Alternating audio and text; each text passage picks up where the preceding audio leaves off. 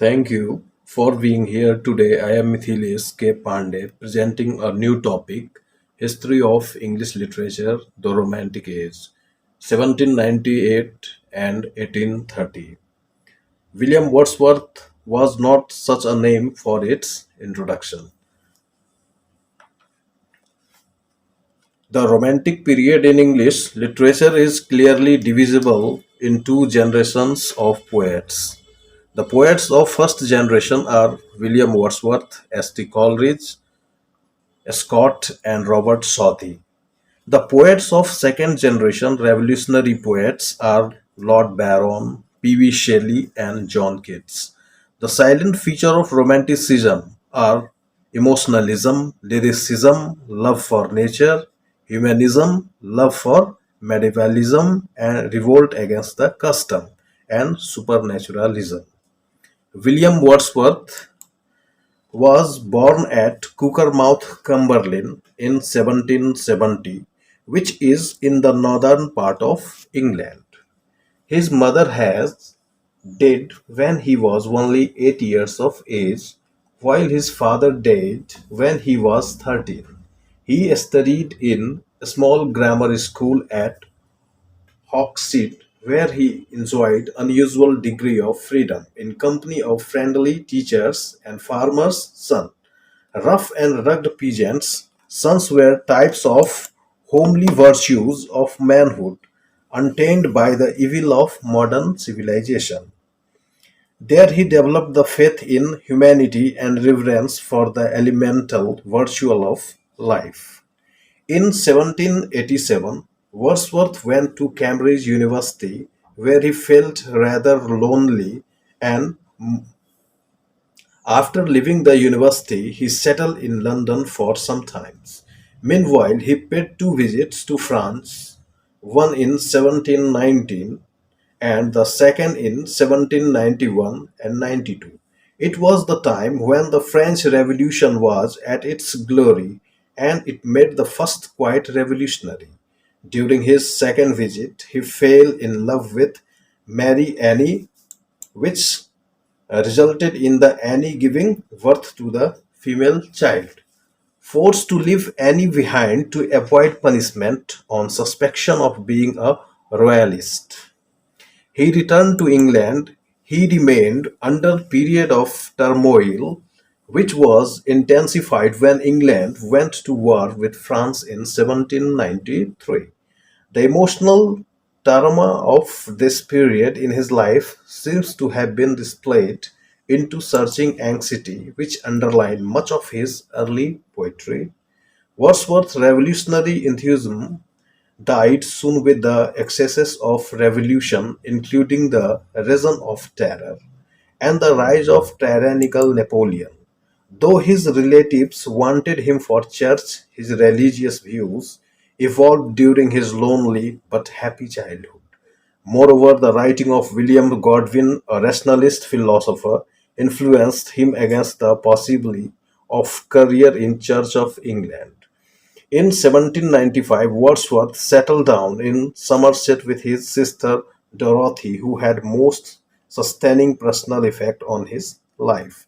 In 1797, he made friends with Coleridge, who came to Lively nearby. The very next year, the two poets collaborated in producing lyrical ballads. In 1799, he moved to Grasmere and 1802 married Hutchinson. By that time, he was completely disillusioned with the France and Godwinism and turned back to Orthodox religion. He became more conservative even in politics to the charge reign of the younger poets such as Shelley and Byron. The great decade of his poetry was from 1797 to 1807. Thereafter, there was a decline in quality of his poetry. By 1830, he was acknowledged the great poet, and 1843 he was made the poet laureate. He died in 1850. Greatness of Wordsworth lies in his authenticity of tone, the use of primitive and simple literary form, as in the lyrical ballads and Lucy poems, Sometimes it develops the 18th century discursive blank verse in original vehicle for what John Keats had called egotistic sublime. His techniques, especially in his poem, is very impressive, which treat the poor, the mad, the senile, who were normally disagreed in early poetry. Wordsworth's literary career covered a long period of time from 1798 to 1850. During this period, he wrote a large number of poems, probably larger than any other poet in English literature. His excellent poems were bought out by Matthew Arnold, an anthology which has become a treasure in literary circle of world. His work are first the longer poem, the lyrical ballads in 1798. It is a book often considered the beginning of revival of romanticism in English. His preface of lyrical ballads is the considered important in history of English literary criticism. B. The Prelude in 1805. It was published in posthumously in 1850. C. Excursion in 1814. D. The Recluse. This poem was never completed. E. Tintern Abbey, 1798. F. Ode to the Intimation of Immortality in 1807. G. Ode to the Duty in 1807. Now, second, the narrative poems. Michael in 1800. B. Lich Gatherer. C. Solitary Reaper in 1807. The sonnet series, the River Dudden Sonnets, and the Miscellaneous Sonnets. Fourth, the lyrics and nature poems. A. The world is too much with us. B. The daffodils. C. The rainbow. D. To Milton. E. To the cuckoo. F. Lucy poem. G. We are seven. H. Upon Westminster Bridge.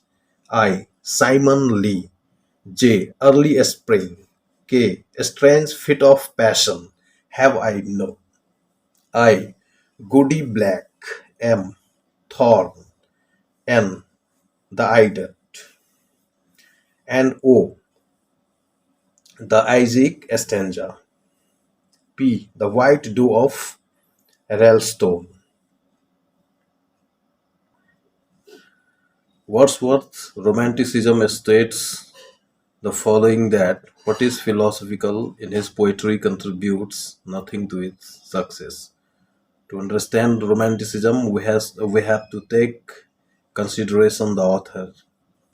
In contrast to previous generation focus on reason, writers of Romantic movement explored the importance of imagination and creative impulse. Romantic poet and prose writers celebrated the power of imagination and creative process, as well as the artistic viewpoint. I sincerely appreciate your attention today. If anyone has any question, please feel free to ask now. I will do my best to answer. Please like, share and subscribe my YouTube channel. I will present here with some another topic next time. Till then, goodbye.